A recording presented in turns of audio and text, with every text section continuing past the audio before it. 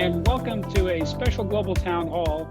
I'm Patrick Ryan, founding president of the Tennessee World Affairs Council.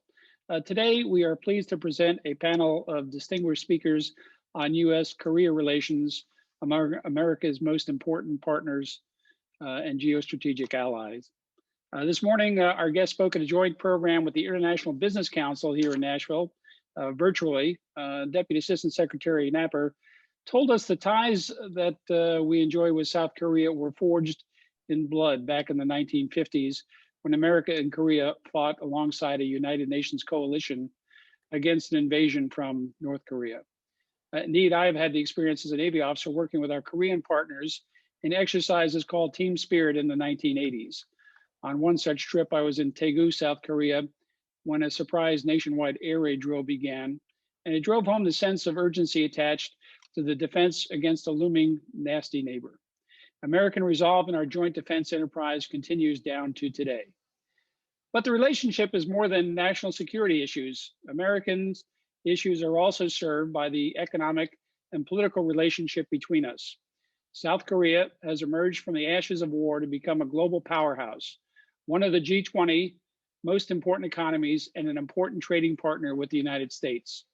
Here in Tennessee, we see substantial investment in our economy and jobs for our neighbors. Look no further than Clarksville, home of Hankook Tires and LG Enterprises.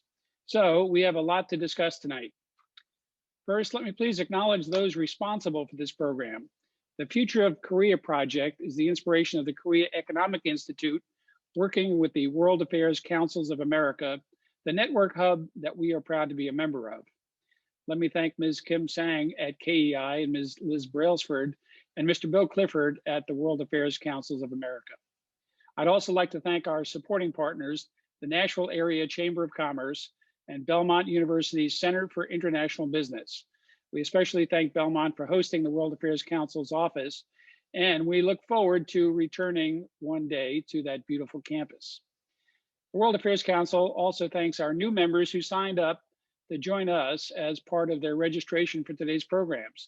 Thanks to Brent Edwards, Liu Mo, and Sammy Arnold. Welcome aboard. Let me now thank our speakers today who have already shared their insights and perspectives with our group this morning, and they're back for more tonight. With me are Minister YoungJae Kim of the Embassy of the Republic of Korea to the United States, Deputy Assistant Secretary of State for Korea and Japan, Mr. Marc Knapper, and Senior Director at the Korea Economic Institute, Mr. Troy Stangarone. We could not have hoped for a more distinguished panel of speakers to talk with you tonight about the U.S.-Korea relationship. So let's get started. The Economic and Community Development Department of the state of Tennessee is responsible for recruiting business and industry to Tennessee, supporting existing companies, expanding economic opportunities across rural Tennessee, and boosting the state's overall economic prosperity. ECD Commissioner Bob Rolfe has served as commissioner since March 2017. Under his leadership, ECD has increased Tennessee's global footprint. During Rolfe's tenure, he has led Tennessee efforts in the recruitment and expansion of over 130 international projects, which represent an investment of $6.5 billion and 21,000 job commitments. Commissioner Rolfe was not able to be with us in person today, but he wanted to make sure you and our panel were welcomed, so he recorded these comments.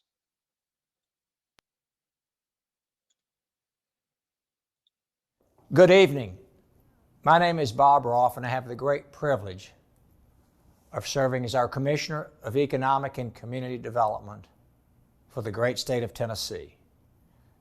Tonight, we welcome you to the Tennessee World Affairs Council.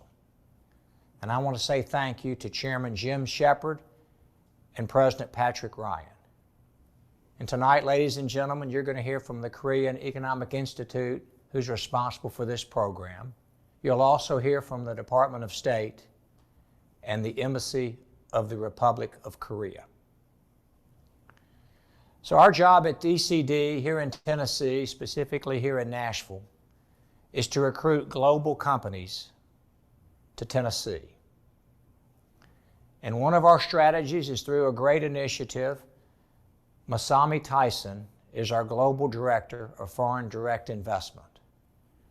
Masami is responsible for the 11 different offices across 11 different countries. 6 of these offices we have reps, foreign direct investment reps, that are responsible for telling the Tennessee story in country. In Seoul, South Korea, one of our most outstanding reps, Shin, is responsible for this role. And if you've not met Heejung, you're in for a great treat. Heejung is probably one of the very best, and Heejung's success speaks volumes. When I think of our foreign direct investment initiatives, over the last 5 years, that report card reflects about 170 different international projects of companies that have come to Tennessee. I think of the 26,000 great jobs for Tennesseans and the $7 billion of private investment.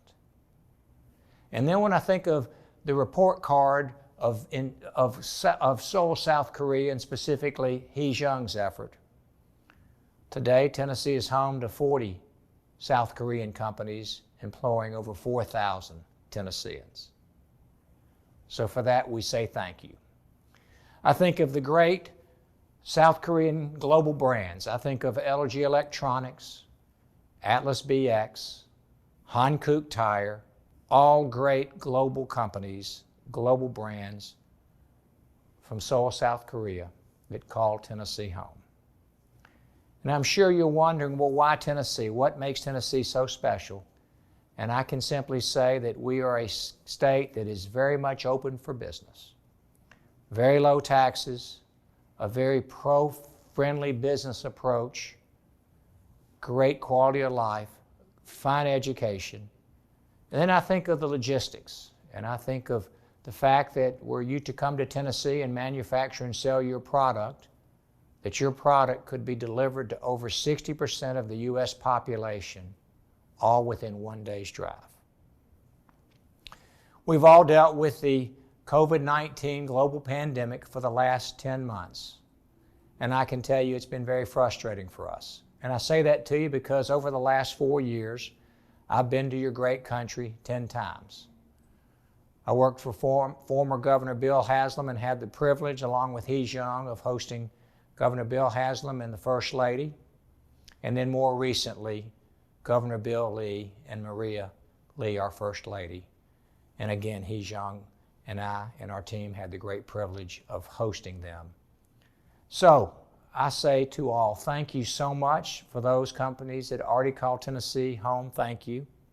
For those companies that are considering Tennessee, we look forward to either visiting with you in your home in Seoul or other parts of South Korea, and also in Tennessee. We invite you to come to and we are hopeful that the borders will open soon and we'll have that privilege of hosting you here so that you too can understand what makes Tennessee such a pro-friendly place to do business. So tonight, enjoy your time, and again, thank you to the Tennessee World Affairs Council for allowing me to spend a few minutes to tell you a little bit about the Tennessee story with respect to our economic development initiatives. So enjoy and many thanks. Cheers.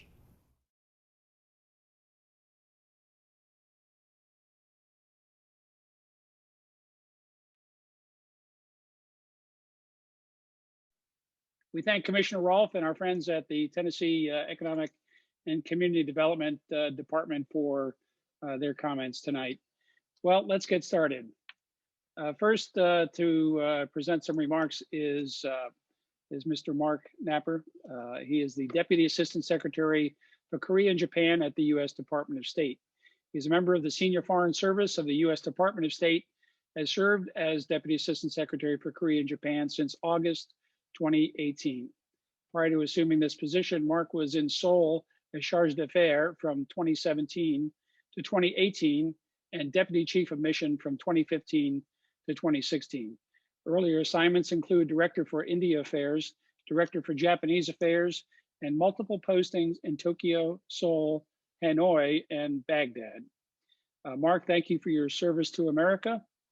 You've been in your post for 2.5 years, if my math is correct, and have seen the breadth and depth of the U.S.-Korea relationship up close. Can you start us out with an overview of the relationship from your perspective? What our countries have been through together and where we are now? Well, good evening. Thank you so much, Mr. Ryan, and thank you to the Tennessee World Affairs Council. Thanks to the Korean Economic Institute, KEI, for inviting me this evening to join this distinguished panel. It's a great event. I really do love participating in these kind of events because I think it's so important for us serving in Washington, serving our government in Washington, to be able to do outreach to communities around the country and to be able to hear from folks around the country about what interests them in the U.S.-Korea relationship. What is it about the U.S.-Korea relationship that's significant? And so this really is a very special event. I'm just sorry we can't do it in person. We'll look forward to the time when we can. I've been fortunate to have visited Tennessee on a number of occasions, from Knoxville to Nashville to Memphis. And it's just been, I've always enjoyed myself. I had the honor of serving in the Foreign Service with your newest senator, Senator Bill Hagerty, when he was ambassador to Tokyo. And I know he's doing a great job for the people of Tennessee and the people of the United States. So yes, so I've really, it's one of my favorite subjects to talk about the U.S.-Korea relationship. I've been in the U.S. Foreign Service now for almost 28 years, and my first assignment was in Seoul in 1993. And so I guess you could say I've kind of grown up in the Foreign Service, working on the U.S.-Korea relationship. I've spent maybe 10 years serving in our embassy there, in addition to working in Washington on our bilateral alliance. And for me, the most significant sort of evolution or change over the almost 3 decades I've been doing this is back in '93, when I first went to Korea. Our relationship, our bilateral relationship, was very much focused on the threat from North Korea. This was an alliance, as everybody knows, was born in the flames of war from the Korean War in 1950. We created an alliance in a security treaty in 1953. And so when I first went in 1993, our relationship was very much grounded on the peninsula, very focused on the threat from North Korea, and very much a security or military-centric relationship. Well, fast forward to today. Of course, our security relationship remains incredibly important. We have 28,500 American troops there in South Korea to honor our treaty commitment to deter the threat from the north and, heaven forbid, defend against a second invasion from the north. But our relationship now is so much more than just our security ties. Korea now is the world's 10th largest economy. Korea is the United States' 6th largest trading partner. We are South Korea's 2nd largest trading partner. As we heard just now from Commissioner Rolfe, Korea is a major investor in the United States, just including in Tennessee. These are world-beating Korean companies that are located there in Clarksville, from Hanguk Tire to LG Electronics and others. These are good jobs. I think I heard the figure $1 billion worth of investment stock in the state of Tennessee, creating thousands of good jobs for Americans. And the story in Tennessee is repeated around the United States. We've got Korean investment in everywhere from Hyundai Motors there in Alabama to LG Chemical down in Louisiana. We've got SK Innovation is building a factory for lithium batteries in Georgia. I think I want to say that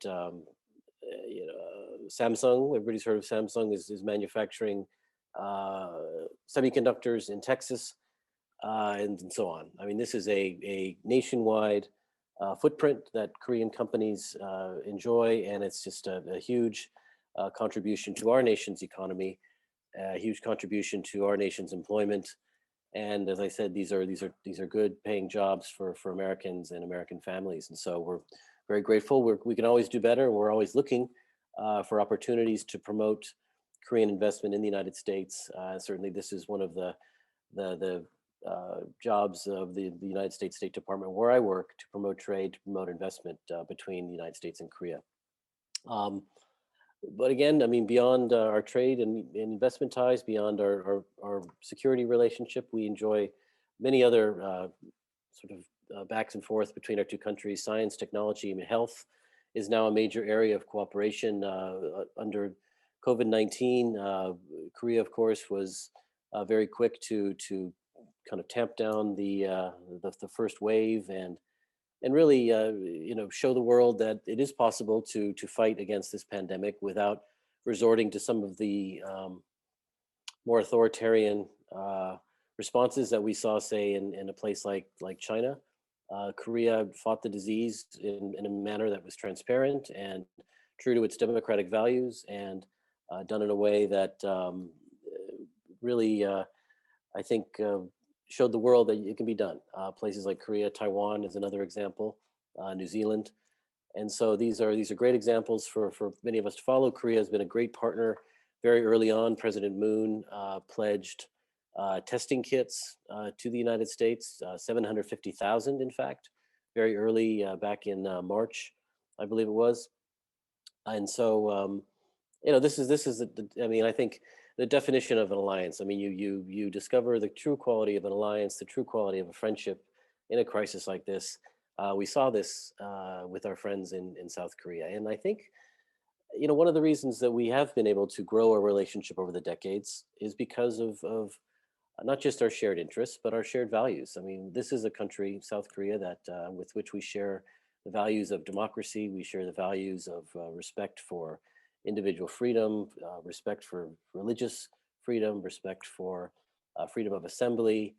And frankly, these values right now are precious and under threat around the world. And so I think it's up to democracies like us, like South Korea, like the United States, to stand up for these values, to stand up and work with other partners like Japan, like Australia, and ensure that our shared values, our shared principles are defended, protected, and are able to thrive.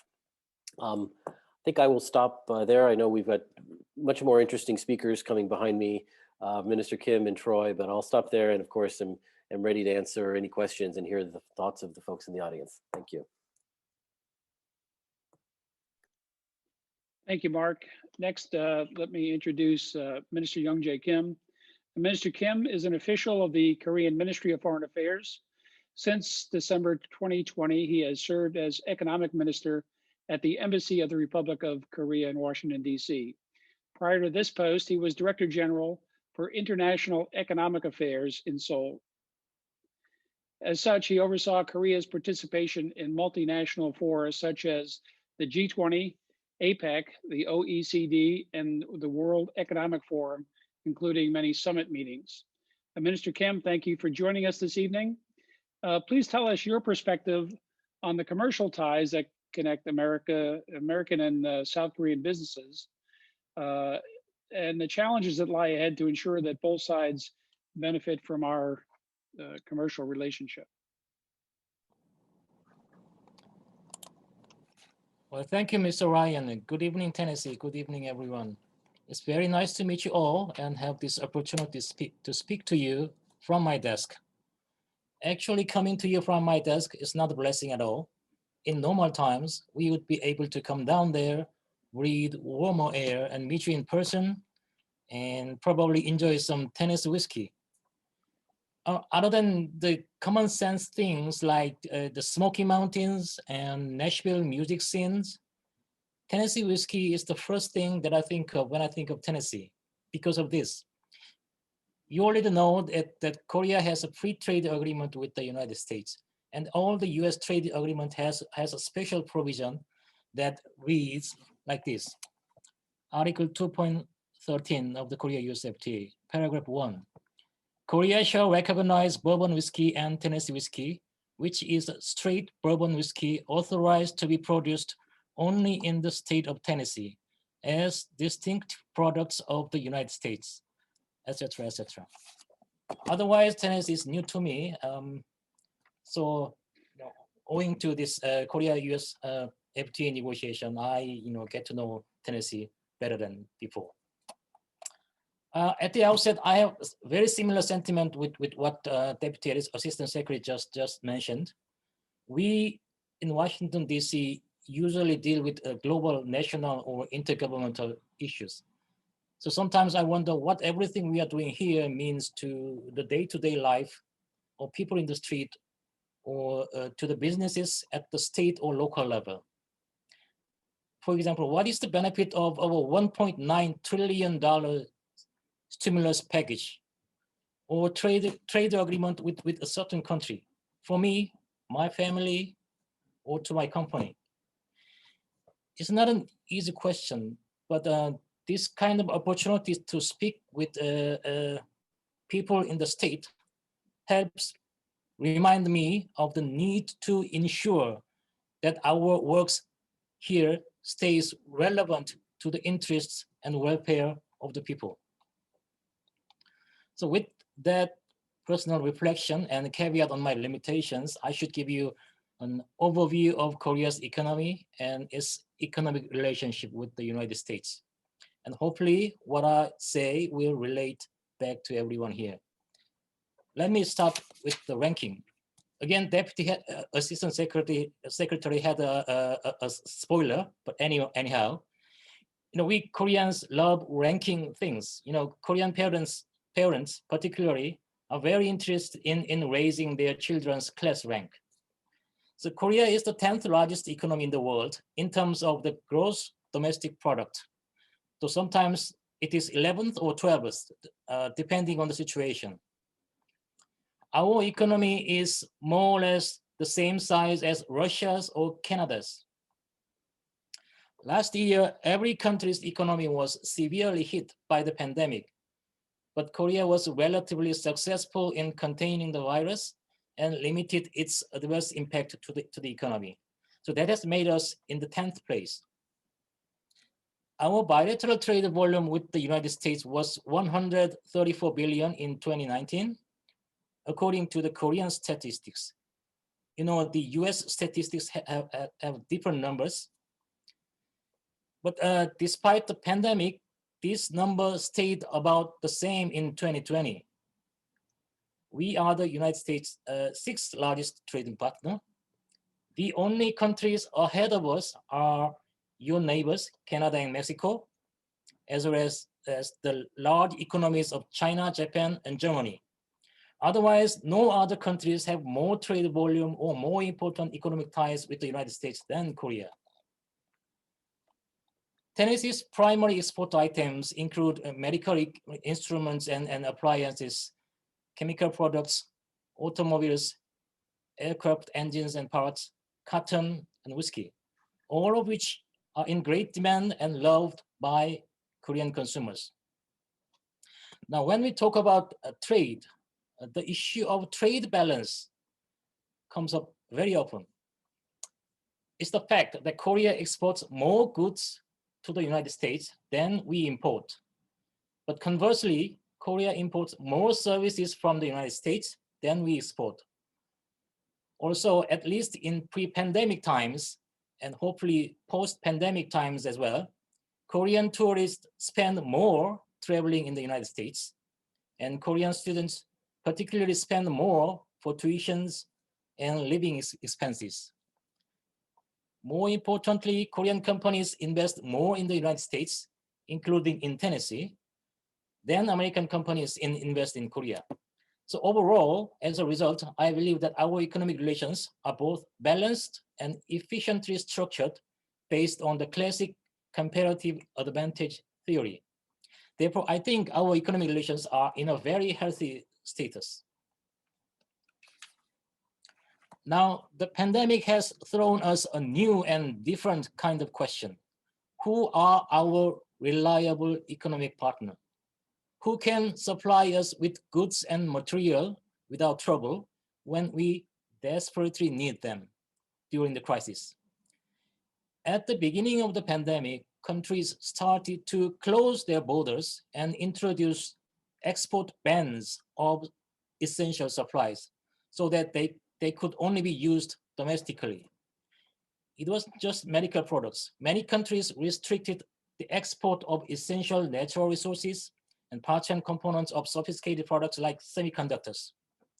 Now, as vaccine production is ramping up, we have concerns about trade restrictions in their global distribution. In this context, a strong economic alliance with a reliable partner is even more important. Korea and the United States have kept our doors open to each other during this pandemic.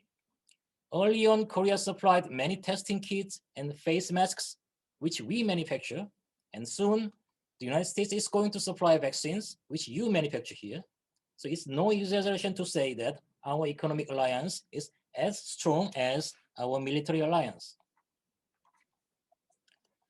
The last issue I'd like to touch upon is what our cooperation will be like after the pandemic. It's still too early, I understand.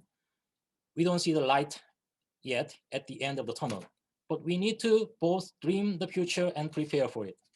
As you know, most governments, particularly in rich countries, have expanded their spending to help sustain people and businesses during the pandemic.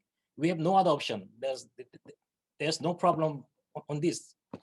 But at the same time, this big spending is not without cost. It's clearly a heavy burden to the future generation, the debt to be paid by them.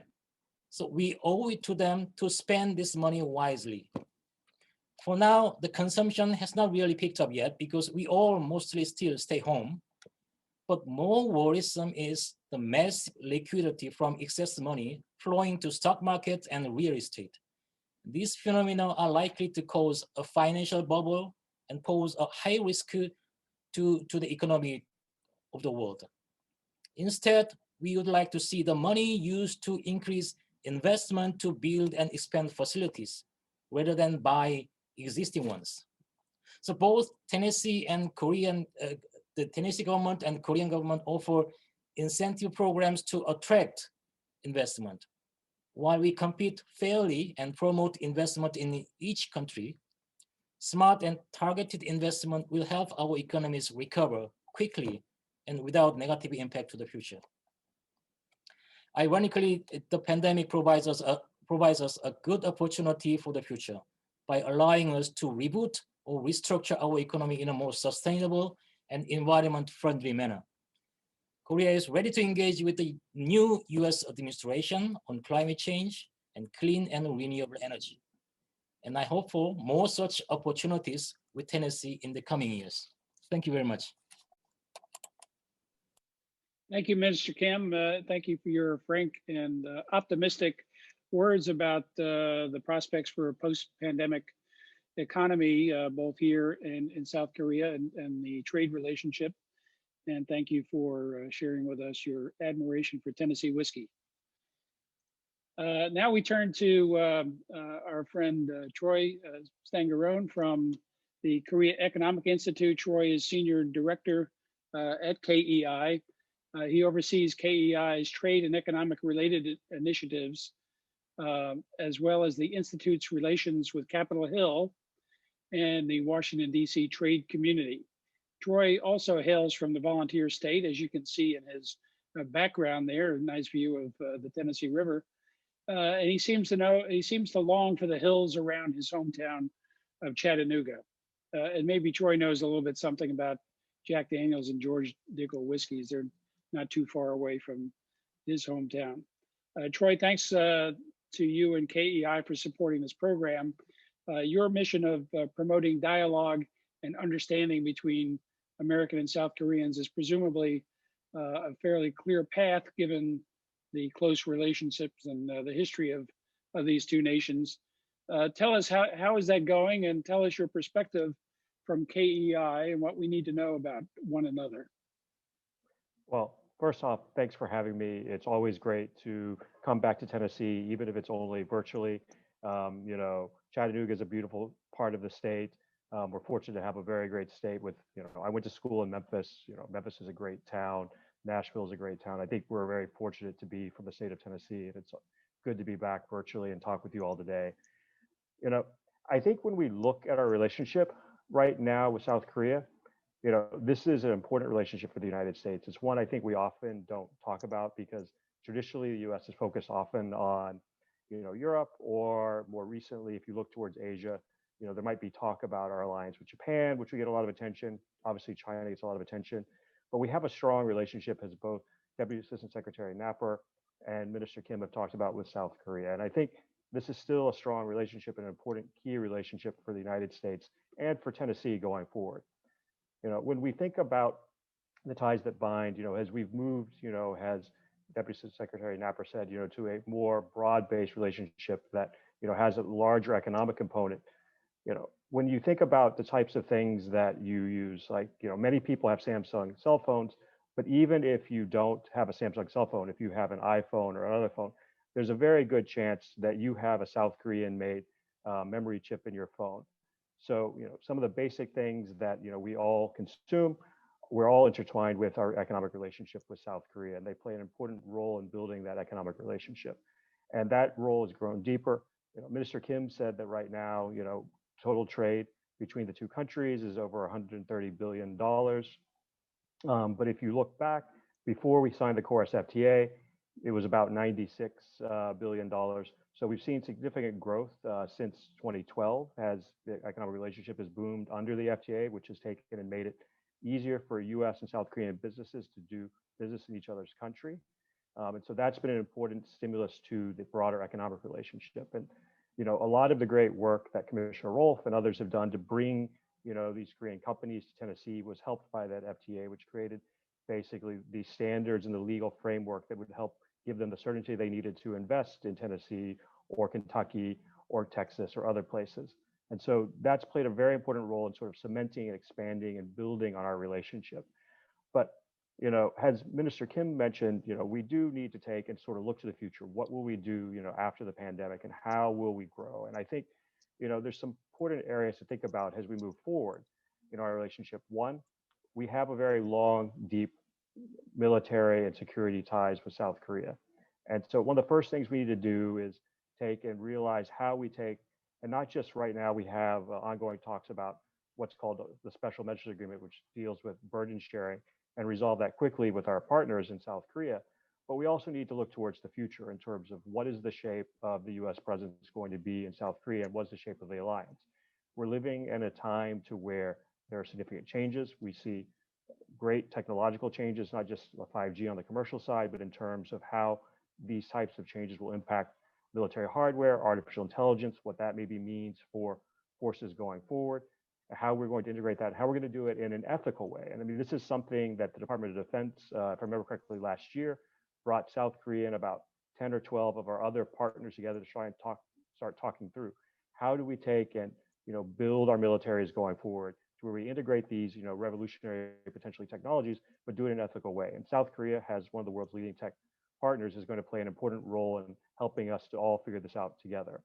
But beyond the military and defense side, if you look towards commercial opportunities and other things, right now we're living in a time to where we're also seeing significant changes, not just on the high tech side, but on the energy side. A lot of countries are moving towards renewable and alternative fuels. They're exploring new pathways. We've talked, it was mentioned earlier about the usage of South Korean batteries, electric vehicles through Tesla and other things are clearly becoming more popular, but also are going to be an important part as we move forward to try and decarbonize our economies. But beyond that, South Korea is taking a leading role in trying to take and develop hydrogen as a fuel source, specifically for vehicles and other power operations. And so how we're able to cooperate with South Korea and cooperate with other allies who are working on this type of technology as well is going to play an important role in what the future shape of the energy infrastructure, not just in the United States, but around the world looks like. And getting these decisions right over the next 5 or 10 years are going to be important, because as countries start shifting, the question is, traditionally, a lot of oil and petroleum came from the Middle East. Obviously Canada and Mexico have been important partners for the United States on this as well.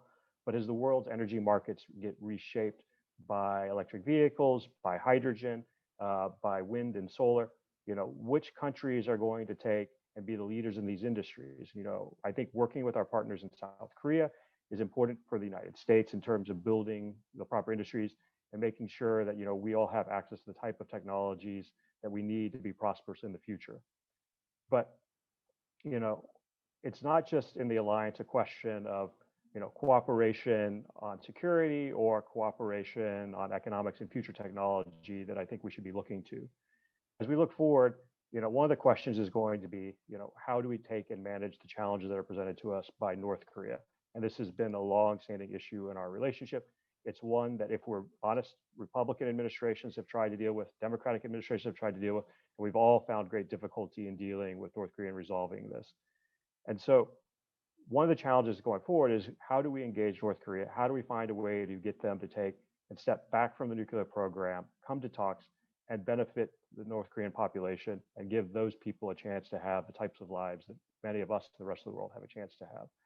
But part of that is going to be getting through this current period of COVID-19. And I want to take a minute and sort of talk about how COVID-19 has impacted North Korea. When I first started at KI, Chris Padilla was the Undersecretary for International Trade at the Department of Commerce. And when he would talk about free trade, he'd often talk about, if you want to see what an open economy looks like and how it grows, and a closed economy looks like, we have a great example in North and South Korea. And South Korea has prospered under an open economy and embracing global trade.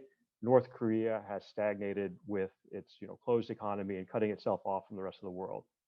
But when we think about the COVID-19 situation, what it's meant for North Korea was one of the first countries, and perhaps the first, to close its borders to international travelers when it started coming out that this outbreak was happening in China and Wuhan.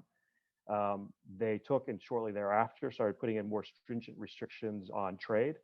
And so what we've seen over the course of this year is that trade between China and North Korea, which accounted for, probably, depending on your estimate, between 90 and 95% of North Korea's international trade, dropped significantly. In some months, almost down to virtually nothing. For the year as a whole, it's down almost 85 to 90%. So you've seen a significant contraction of trade. And you should keep in mind, too, that because of North Korea's nuclear program, we have taken, and through the United Nations and bilaterally in the United States and with our partners in Europe, in South Korea, in Japan, also placed bilateral sanctions on North Korea. And there is very limited scope for trade that North Korea can still conduct legally. And much of that trade has now come to a halt because of COVID-19, the closure of the border. But that's had, follow-on effects like we've seen in other countries inside the country. The USDA put out a new study a couple of days ago, looking at food insecurity in countries around the world. And when you look at North Korea, they estimate that since COVID-19 has started and since the North Koreans have shut the border, basically about 1 million more people in North Korea are now food insecure. And so that means a total of about 62% of the population is believed in North Korea to be food insecure right now. And so when we ask, sort of why, this might be happening, one of the things that, if you look at the North Korean trade data more specifically, North Korea, for example, from China would import plastics for agriculture. And they'd use this to take and keep, plants during freezes and things warm, to take and, help support their own agricultural output. They also would import, about, 5 to 8% of their total food from China itself.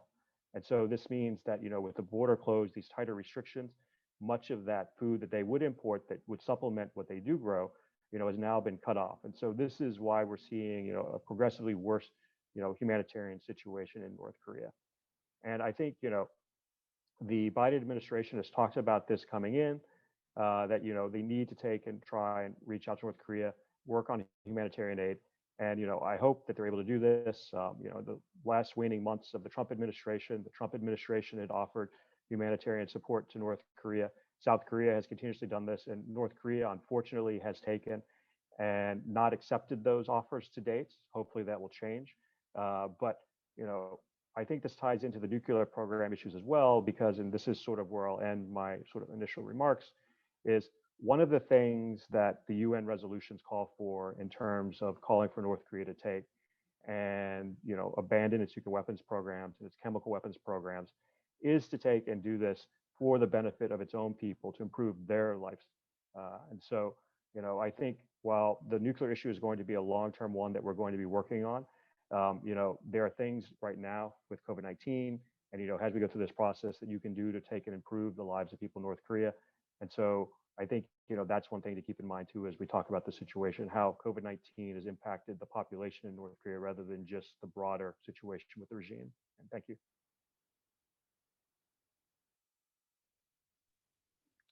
Thanks, Roy.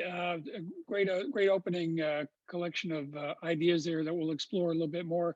What I'd like to do now is start out with some discussion amongst us, and we'll invite the audience to submit their questions. This morning, we had a great conversation with the International Business Council of the National Area Chamber of Commerce in a joint event, and we talked mostly about commercial business relationships, foreign direct investment, and so forth. So that we don't repeat too much of that, but we want to give our audience tonight a flavor of some of that. And I'll mention that for those of you who want to catch that webinar in its entirety, it's posted to our tnwac.org, youtube.com/tnwac, our YouTube channel. You can see that session this morning. But Minister Kim, let me start with a question about the foundational relationships. You talked about foreign trade agreements. I know the United States was poised to sign the TPP, which was a regional pact, but the Trump administration deferred from that, and there's now something called the CPTPP, which is signed by a number of Asian nations around the Pacific. But if you could just tell us in broader terms what the basic economic relationship in these various relationships, these trade agreements, what Americans should understand them to include besides the chapter on bourbon and whiskey. Well, it's a good question. I think that question was prepared for Deputy Assistant Secretary for morning session, but we didn't have enough time. So, well, before we go to this what they call plurilateral agreements, I have said Korea has a vast FTA networks. Most of them are bilateral.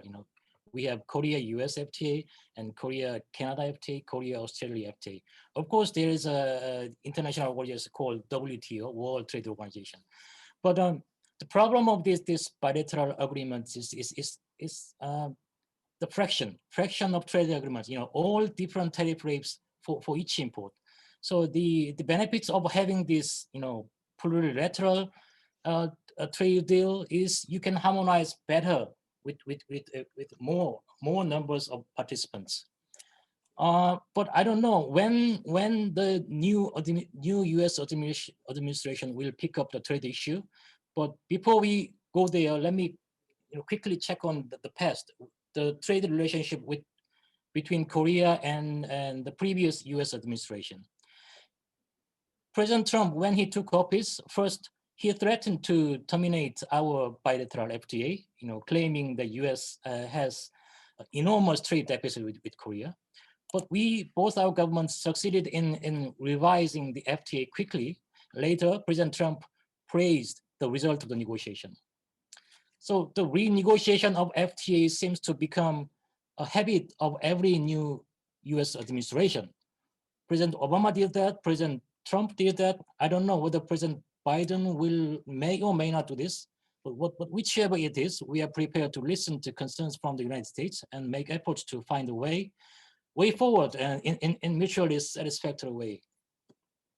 After that, there came Section 232 measure. That's a unilateral trade restrictive measure on the ground of national security. First on steel, later automobile comes up on the table, but the decision was delayed or decision was not made. Other than that, there was not much trade frictions between the United States and Korea. So what I'm talking about is basically the relationship between the US and Korea was unilateral or bilateral for the past 4 years. Now it's time for us to go forward to more broader context of trade deals, regional, more comprehensive or global deal in WTO. So that's why we, Korea, signed on the RCEP trade deal comprising 15 countries in Asia Pacific region. And we have very great interest in participating in CPTPP.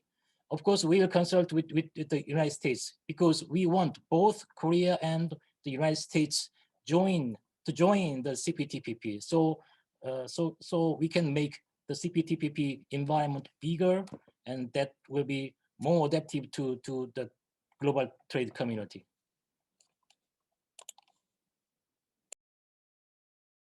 An interesting prospect as we look to see what the administration has in store. And let's talk with Mr. Knapper about what's coming down the road in terms of trade agreements. The CPTPP, the U.S. Is not in it. I don't know if there's any thoughts in the early stages of the Biden administration of what directions U.S. trade in the Pacific might take. But Ambassador Bowers asks us what the U.S. relationship with South Korea in terms of trade might be inside or outside of the CPTPP. Right. Well, thank you. We're just about 1 week into the Biden administration, and so I think still, we'll still have to see sort of what direction we go. But I think President Biden, when he was running for office, and then after the election, and today has been very clear that our focus as we approach trade in general is that to ensure prosperity of the American people, to ensure the competitiveness of American industry. And so I think through that lens, we'll look at trade broadly, but how we approach trade agreements, whether they're multilateral, whether they're bilateral, and we'll just take it from there. I think it's going to be very important going forward, for us to work with our allies and our close trading partners, and allies who are close trading partners like the Republic of Korea, and try to identify ways that we can deepen even further our trade relationship. I think we heard earlier about energy. This is certainly a very exciting area of trade between the U.S. and South Korea. The United States, if I'm not mistaken, is among the top 2 or 3 suppliers of LNG to South Korea. We're among the top suppliers of petroleum to South Korea, and South Korea, of course, is a top buyer, importer of energy from the United States, and we're very proud of this. We're very proud that we are a reliable and inexpensive supplier of energy to South Korea. In fact, when we look at our 2 countries' security relationship, security, we think our military alliance. But if you take security and broaden it, and security with a capital S, I think we can include things like energy security. That Korea can rely on us for energy, and so I think energy for sure will be an area of bilateral trade that we hope to continue to expand. Infrastructure will be another. Digital trade is an exciting new area that we want to explore more. And so, right now we're very focused first and foremost, before we look at trade or any trade agreements, what can we do to make investments in American workers to ensure they have the skills to succeed in the 21st century in emerging and new industries, and we want to make investments in American competitiveness before we engage on any agreements. But really, it's very important that any agreements protect American workers, protect transparency, encourage rule of law, and are also protect our environment. The environment, global environment. Thank you. Well, let's talk a little bit more about emerging technologies. Troy, you talked about 5G and AI and R&D, the issues that South Korea has a competitive edge on. Can you expand a little bit on the technology issues?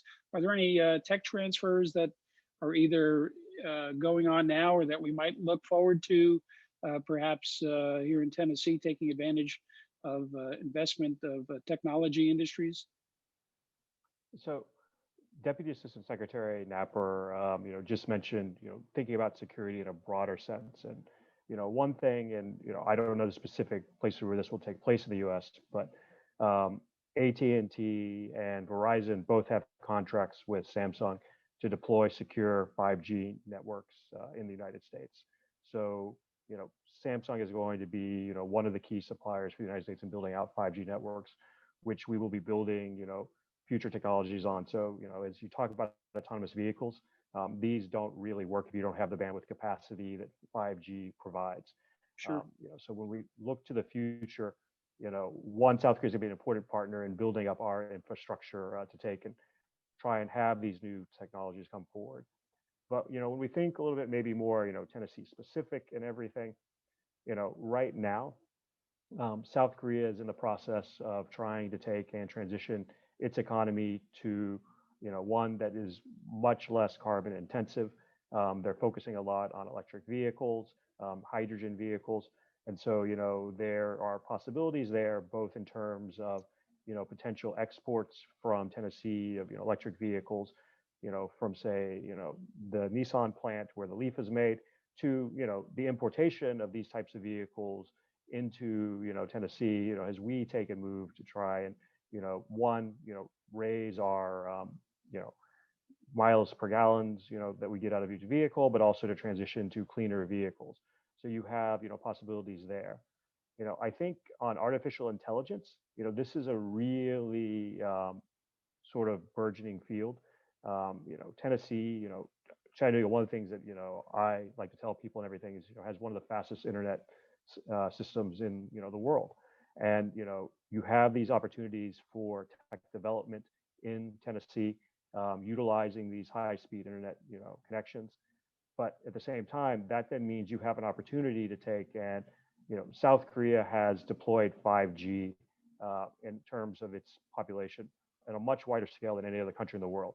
So, if you're a developer in Tennessee trying to think of a place to test a new 5G technology or something, South Korea is a really kind of place you're going to want to look to go. It's an early leading edge market. And so I think, these are the kinds of areas and how sort of, these technologies will blend. And in some cases, you might have, transfers to where, for example, LG, who is one of the leading lithium battery producers in the world, has a plant in Ohio, Lordstown, if I remember correctly. And so you're going to see, I think, more of this, because one of the other things too that I think we often miss in terms of our trade relationship is that, trade is important, but also there's a lot of things like in the auto industry where it actually makes a lot of sense to build your production closer to where your consumers are. And so you're going to see more Korean investment in the United States. I'm assuming you're going to see more U.S. investment in Korea as we try to take and deal with these, issues going forward. And, just to sort of briefly touch on the Biden administration and where they might go, there's just one sort of technical point I'd just like to make. We have what's called Trade Promotion Authority. It allows the administration to negotiate trade deals. That expires in the middle of this year. It's unclear how soon that will get renewed. I would like to think the Biden administration will go to Congress relatively soon to try and ask for an extension. And by that, I mean sometime this summer. But, because trade is a constitutional prerogative of Congress, they can sort of shape what the administration's objectives are and have a strong role in shaping what that policy looks like. So I think some of this going forward too will depend on sort of how the administration and Congress negotiate out what the new version of Trade Promotion Authority looks like in terms of what our future trade agreements with countries, in the Asia Pacific region more broadly, whether it be the U.S. joining CPTPP or other types of agreements look like. Great. We're going to do a couple more on economics and then talk to the broader relationship. Minister, a question from the audience. Vincent Bova asks, kind of a prognostication of where trade's going over the long term. I know that may be not in the bringing out the crystal ball might not be in the offing here, but if you could just comment on what the prospects are down the road. But he also asks what industries would we expect to see grow perhaps in the foreign investment arena here in Tennessee and elsewhere in the U.S. If you're aware of any industries outside of what we're seeing now, or expanding the current industrial investment here in the States?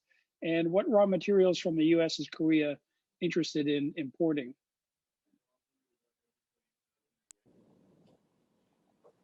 Well, when it comes to the investment, I think most governments in the world compete each other to attract domestic or foreign investment within their jurisdiction. You just heard the Commissioner Rolfe about this. So I understand that Tennessee has a very good environment for doing business and provides various incentive programs for investment. In particular, it was selected by a business magazine as the state with the best business climate. Truly, it's a home of many global enterprises. Likewise, I am proud that Korea is ranked fifth, again, ranked fifth among 190 countries in the ease of doing business according to the World Bank annual ratings. We have one-stop service for foreign investors that helps them set up business in Korea. The Korean market is open to the international trade. And as I said, we have a free trade agreement network all around the world. And deregulation is the priority policy objective in every field of business. That's for doing business in Korea. And in terms of doing business with Korea, there will be also ample opportunities for exporters in Tennessee because the suppressed consumption will start to pick up in the near future. And that, as Troy said, the Korean government has been rolling out ambitious stimulus package in the name of Green New Deal, amounting to $60 billion. So there will be more demand in environment-friendly products, including electric cars and hydrogen cars, and then equipments and appliances in the renewable energy sectors, for example, a turbine for windmills. Regarding raw materials, I'm not sure whether the United States can import any raw materials from Korea because every raw material trade is one way. We import raw materials from everywhere in the world. So Deputy Assistant Secretary mentioned LNG. We were in the previous administration, we were interested in shale gas, but day one or day two of the new administration, they just prevented fracking. So shale gas is not an option anymore. So I think in terms of raw material trades, I think the LNG is a priority trade item between the two countries. Terrific. One last question on the economics. Troy, maybe you can help us with this. With respect to service industries, for example, legal services and healthcare services, this is a question from Sean Yu. What are the prospects for those kinds of industries to see some growth in the Korea-U.S. relationship after the pandemic is over? So under the course FTA, we actually agreed with South Korea for them to be able to open their market to U.S. legal services. So this is something that's been taking place. So I think, once the pandemic is over, there's going to be, continuing opportunities on the legal services side in South Korea. On the healthcare side, one of the things that we talked about this morning is that South Korea has an aging population. It's experiencing rapid growth, but it also has one of the world's populations with the longest life expectancy. And so, when we look to the healthcare sector, I'll be honest, I don't off the top of my head know the provisions in terms of healthcare services, but what I can tell you is that on the healthcare sector, there should be a lot of opportunities for U.S. firms. Tennessee, one of its top, or many of its top exports are medical devices. These are the kinds of things that South Korea would seem to be a very promising market for, given its own demographic structure right now. And so I do think, in both of these areas, there are opportunities for Tennessee businesses. I have something to add about this, Ryan. Sure.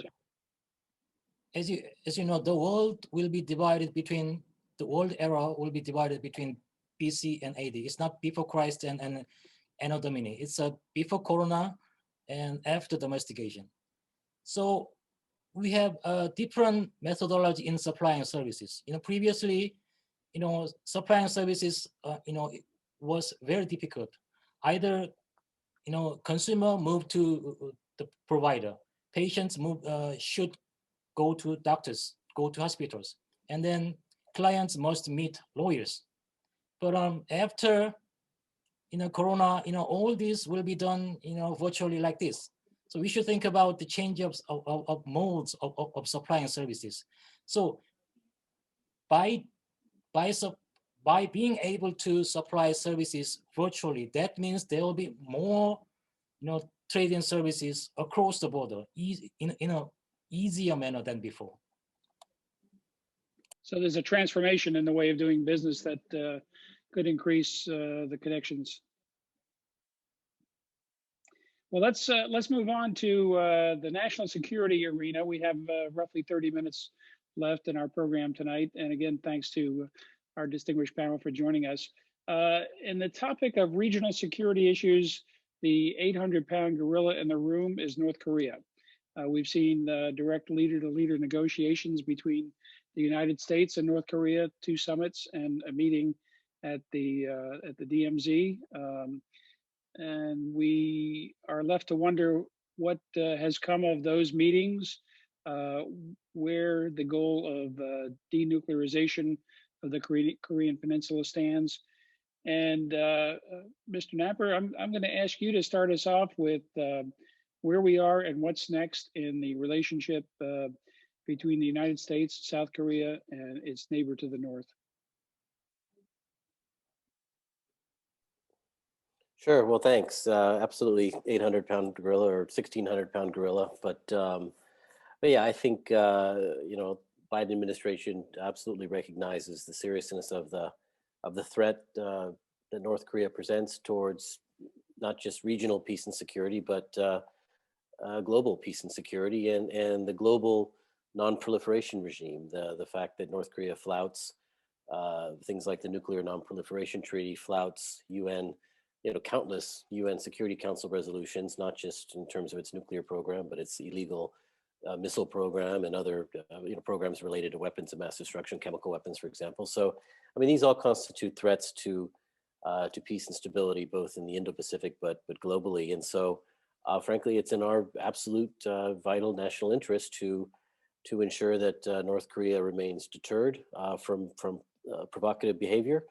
Our vital national interest is ensuring that we stand by our ally, South Korea, that we stand by our treaty commitments, our treaty obligations, sacred obligations that we have to deter and defend against aggression from the north, to defend our South Korean ally. And so, and of course, first and foremost, ensuring that the American people remain safe and secure from threats from North Korea, especially some of their more long-range delivery systems that many of which we've seen on in parades over the past years. And so we are absolutely committed to the denuclearization of North Korea, but at the same time ensuring in the near term that the American people can sleep safely at night, and that our allies and partners can sleep safely at night, knowing that we are standing firm in our deterrence posture against the North. Our military colleagues in South Korea, USFK, U.S. Forces Korea, have a saying. They say they are ready to fight tonight. And what this means is that they are at the highest state of readiness. They are at the highest state of capabilities and training with our South Korean allies, with the South Korean military, to make sure that that the North remains deterred. But heaven forbid that if there were to be a provocation or some other act of aggression, that we're ready to defend against that. So, stay tuned. It's still early days again in the administration, but we have no higher priority than to protect the American people and to protect our allies in the region, whether it's South Korea or Japan. Can you comment on the relationship between the United States and our partners in Northwest Asia, Northeast Asia, when it comes to dealing with North Korea? We had the 6-party talks back some time ago, and we had Ambassador Chris Hill talking here recently about his history with diplomatic efforts. Give us kind of the inside baseball of how the relationship works between Seoul, Washington, Tokyo, and any other relationships that are involved in dealing with North Korea. Yeah, well, it's. I think it's safe to say that we don't. We are in absolute lockstep with our partners in South Korea and in Japan when it comes to dealing with the North. We share information. We work together on strategy and tactics in terms of how we approach the North. This has been true over several decades, and I expect it would continue going forward. Consultations with Seoul and Tokyo are absolutely central to any approach that we would take towards the North, given they're literally on the front line of this issue. But again, it's I don't want to prejudice or sort of presuppose the next steps that this administration will take. It is, like I said. Oh, come on, you can make some news tonight. Nope, not me. Look, I've got a kid in college, and so I got to keep my job for at least a couple more years. But I'll leave the crystal balling to Troy. But I think it's safe to say that anything and everything we do as we move forward is going to involve close consultations with South Korea, with Japan. That just goes without saying. Mr. Kim, can you comment on the situation regarding the alliance and the defense against North Korea and the negotiations to denuclearize the North? You know, we've had decades of back and forth with positive steps, and then we are now looking at a situation where North Korea has a variety of ballistic missiles and developing nuclear weapons that could be carried by ballistic missiles. And as Mr. Knapper mentioned, they paraded quite a collection of hardware in recent days. They've shown a prospective submarine-launched ballistic missile. So from the perspective of Seoul, how would you express to our audience what the situation is regarding the North? Well, I'm not very equipped to answer the question. I don't have much to add to what the Deputy Secretary just mentioned. What I can tell you is that it's very important to set up a dialogue between the U.S. and North Korea.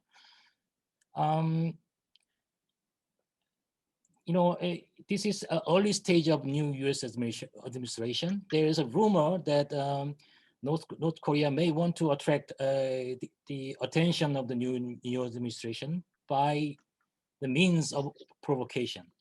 So before they move to such a direction, it is very important that we should approach them to set up a dialogue. It doesn't have to be bilateral. It could be trilateral, or multilateral. I don't know. It's six-party talks, five-party talks that we had before. Whatever the form is, the most important thing is to talk to them first. So I guess the Korean President Moon will speak to President Biden in the near future, and they will speak about this, and then I hope for very good result from the discussion. Troy, you look at helping Americans understand what's going on in Korea. Tell us what your perspective is on this national security interest that is of highest consequence to both Koreans and Americans.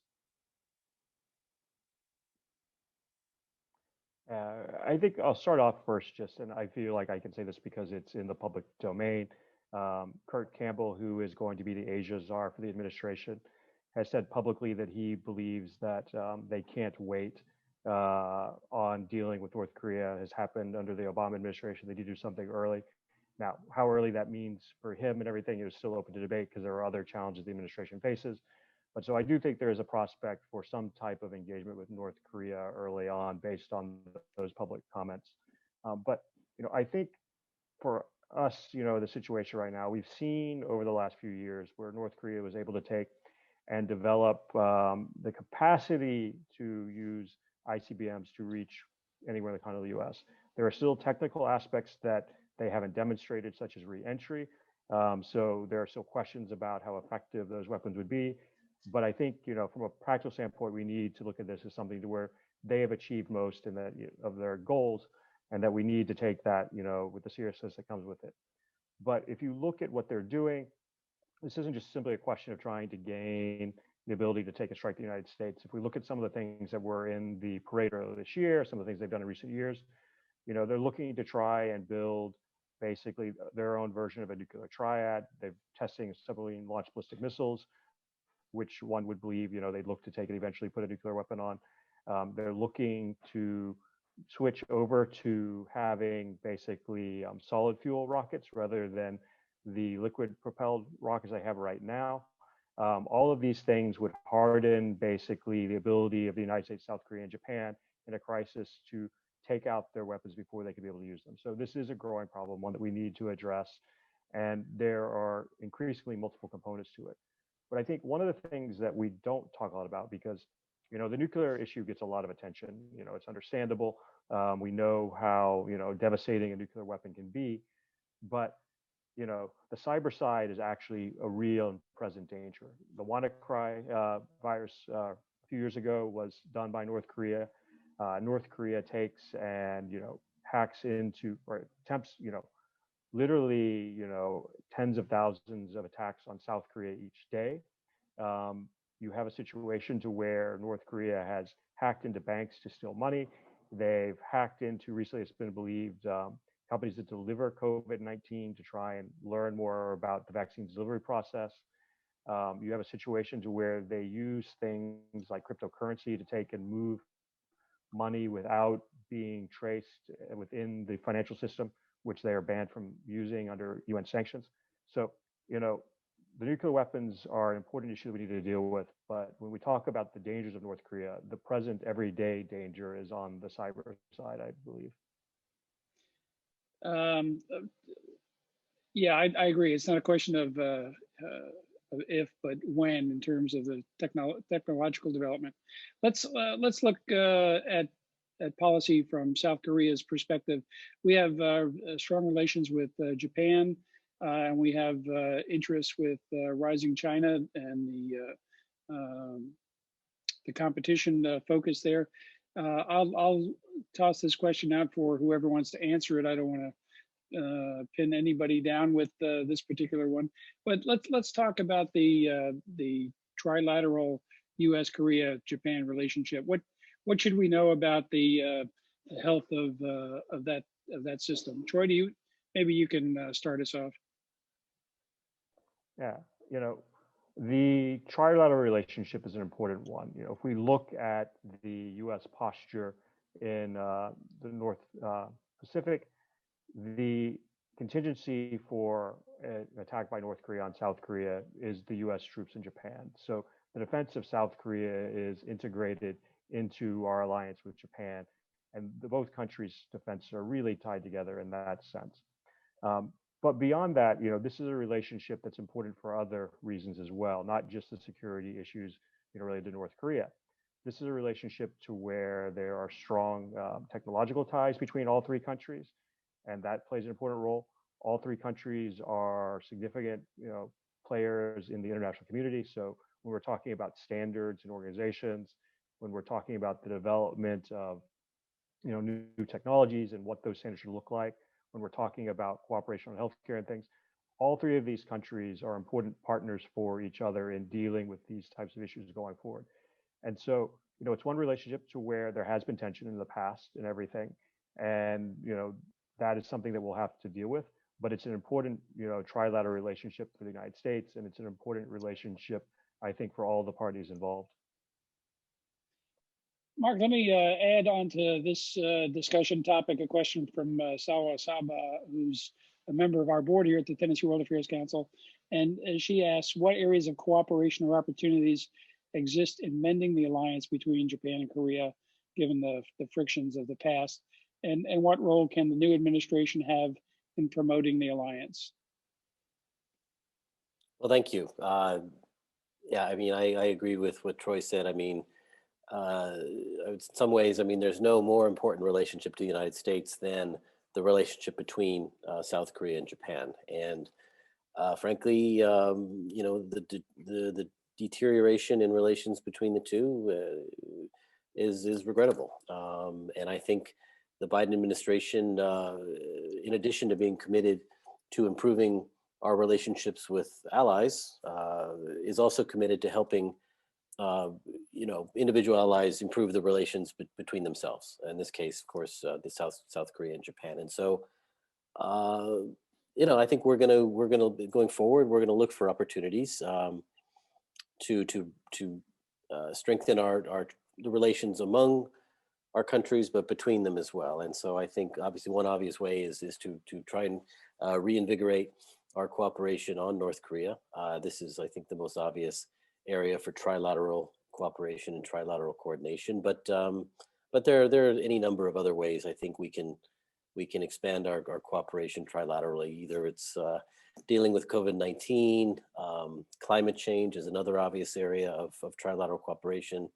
Troy mentioned cybersecurity threats coming out of cyberspace, another area in which Japan, the United States, and South Korea can and should be able to work together, and promoting the strength of our democracies and promoting the values we share. I'm going back to something I said at the very beginning, as fellow democracies, as fellow liberal societies that put great importance on things like religious freedom, basic freedoms like freedom of assembly, freedom of speech, freedom of the press. I think we owe it not just ourselves, but to others, not just regionally, but globally, who may be struggling with challenges to their freedom and their principles, democratic values, that we as developed, strong democracies, we should be looking for ways to ensure that others around the world, don't have their values and their systems undermined. But this is something I know that the Biden administration and my new boss,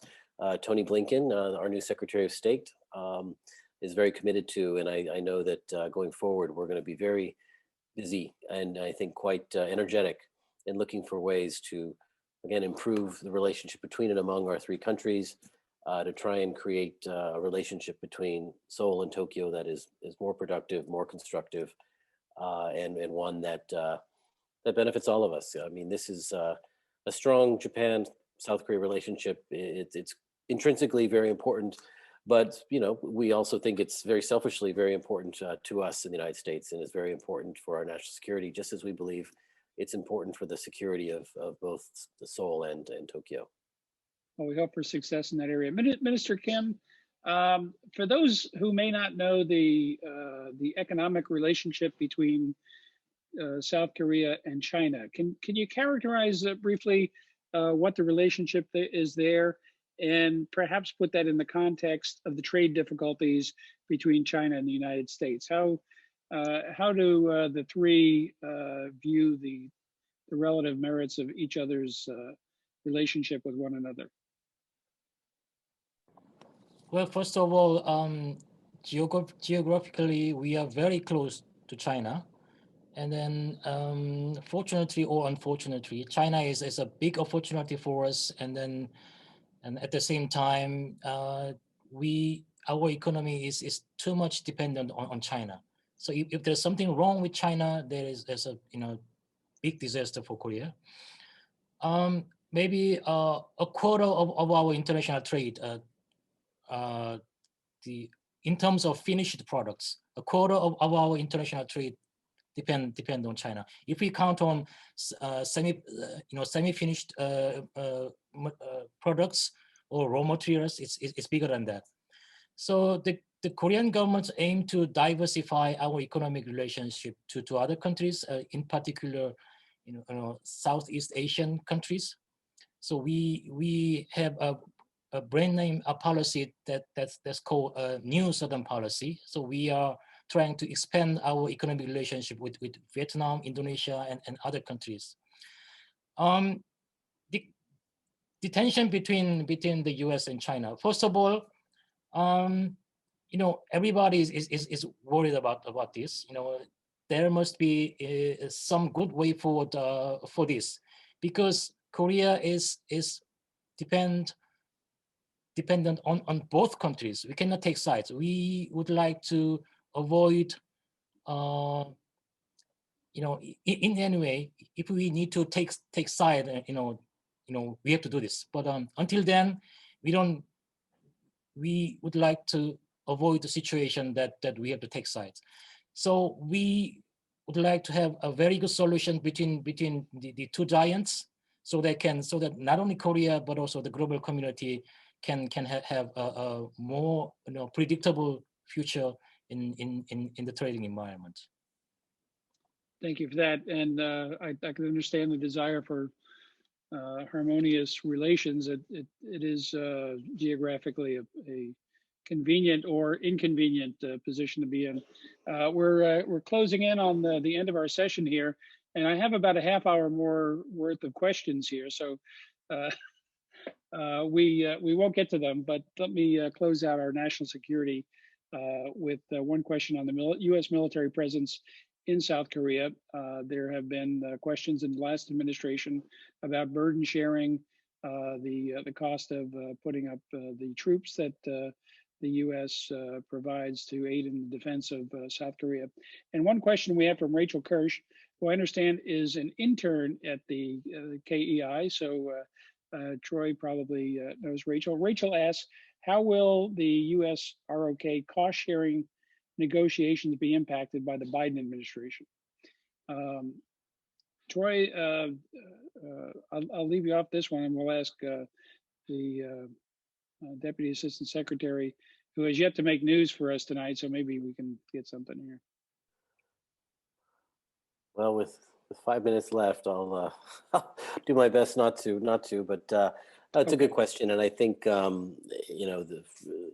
we've been dealing with this issue now for quite a while. We refer to it as SMA, or Special Measures Agreement, which refers to the mechanism by which the U.S. and South Korea calculate sort of how we share the costs of stationing U.S. forces in Korea. And it's interesting, just a real kind of a divergence. I mean, for many years, we've referred to this as burden sharing. What is burden sharing, whether it's with Germany or Japan or South Korea in this case, and to be honest with you, I mean, it's not a burden. I mean, these are these are allies, to which we owe a tremendous obligation, and one that we take freely, and so I don't like the term burden sharing, actually, because it implies this is some onerous task that we do unwillingly. It's not. It's one in which we benefit greatly from our alliance relationships. We benefit greatly from having fellow democracies standing together as we do with South Korea and Japan. So yes, I mean, so reinvigorating and strengthening these alliances is a hallmark, a key policy sort of platform of the Biden administration. And so I think without sort of prejudicing the approach that the administration is going to take to these very technical, and sensitive negotiations, I think it's safe to say we are going to look at these negotiations like the SMA with Korea through the lens of, how do we strengthen our alliance with South Korea? How can we ensure that these negotiations and hopefully the ultimate agreement strengthen our alliance, strengthen our two countries' capabilities, joint capabilities, and how do these negotiations and the agreement they yield ultimately benefit our two peoples? And so not much of an answer, I'm afraid, but it's one I think hopefully it's going to be a process informed by a very strong commitment to strengthening our alliance relationships.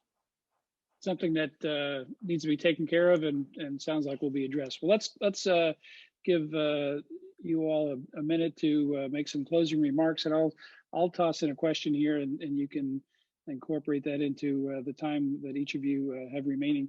Mr. Knapper, you've represented the United States in lots of places around the world, and including South Korea. Tell us what it is about South Korea that you found special that you'd like to share with those who have yet to visit, and then any other closing comments you have. Oh, I don't know. Where do I begin? I think I'm going to need another 30 minutes. No filibusters. No, I think it's just, as I said at the very beginning, I mean, the way our alliance has evolved, the way our friendship has evolved in the time I've been working on Korea, almost 30 years, I think really is gone hand in hand with how Korea itself has evolved from a country, as you said, emerged from the ashes of war to become this world-beating economy, a country that has had, I mean, just in the last year and a half alone, I mean, you've had Korean K-pop stars at the top of American music charts. You've had a Korean film win the Best Picture, among many other awards. You've had, over the past years, a Korean was the Secretary General of the United Nations. I mean, it's on and on. I mean, this is a country that punches way above its weight, and it's been a real pleasure to be able to work on this alliance, to work on this friendship, to see the country and our friendship evolve over 30 years. And I'm just honored to be able to do it every day, and looking forward to the next 30 years and how our relationship's going to grow. And so I'm, you know, I consider myself a sort of I don't know what's the word is, proselytizer for this alliance, and which is why I enjoy you know, doing these events like today's with the Tennessee World Affairs Council so much, because it does give me a chance to speak about how important this relationship is to the United States and to our current and future prosperity. So I'll just close by saying thank you once again, and hope to do this in person sometime soon. You bet. We're looking forward to that. Mr. Stangarone, if this could be an open-ended question, but let's try to keep it brief. What's ahead in the near and midterm for our economic relationship from your approach at KEI? What one thing do you would you like to see between our countries? Well, you know, I think going forward, what I'd like to see, we've, you know, as mentioned earlier, we had additional negotiations under the Obama administration on the Course FTA. We renegotiated KORUS under the Trump administration. So I think some stability would be nice. There's still some things that we need to address, as you know, Minister Kim mentioned, and the 232 issues and everything. But I think largely stability that will allow our economic relationship to grow rather than to constantly take and sort of try to re-examine that relationship. So that way we can build together on working internationally rather than focusing on the bilateral side. And just briefly, I'd like to say, you know, sort of echoing really, I think Deputy Assistant Secretary Knapper's comments, you know, I think one of the amazing things about South Korea is how dynamic society is. If you think about how South Korea has changed since the end of the Korean War to today, it has gone through more change and more evolution and more growth and more dynamism than perhaps any society on the planet. And it's still a very dynamic society. And I think seeing that, engaging with people like that who are changing their society, their life, their technology, everything so much is very invigorating. Great, thank you. Mr. Minister, just a personal aside, when I was in Seoul a long time ago, my wife and I were shopping in Itaewon, and we placed an order with a tailor. Unfortunately, our bus tour from Busan, where I was visiting on a ship, had a change of plans, and we couldn't return to the shops. And somehow the shopkeeper tracked us down in Seoul and delivered our order to the bus at one of our stops. I don't know what intelligence sources he had, but he was very good. But as a native New Yorker, I had pretty much given up on ever seeing our order again, being an eternal skeptic. But I was delighted to learn about the generosity, the honesty, and the kindness of all the people in South Korea that we met. What about the Korean people and your country would you like to share with our audience in your closing comments? So they have tracked your location. You know, there is a controversy in Korea in coping with COVID-19. We trace people's movement. There is a privacy issue, but I hope you're not offended by this. Well, it's no, sir. Well, it was very nice to talk with you. Is my deep appreciation for your invitation. It's quite a nice surprise for me to have found so many people are interested in international affairs that we are doing, especially the Korean issue. And as two of the speakers said, I look forward to another such opportunities in person, probably in Nashville next time. Thank you. For sure. Well, thank you, gentlemen. Let me again thank Minister YoungJae Kim, Deputy Assistant Secretary of State Marc Knapper, and Troy Stangarone, the Senior Director at KEI. Thanks again to KEI and the World Affairs Councils of America for organizing this terrific program. that we were able to bring to our friends here in Tennessee. And thanks to you for joining us with your terrific questions. Let me remind you to visit tnwac.org to become a member of this special organization and to make a gift to support our programs. And with that, we are adjourned. Thank you all and good night.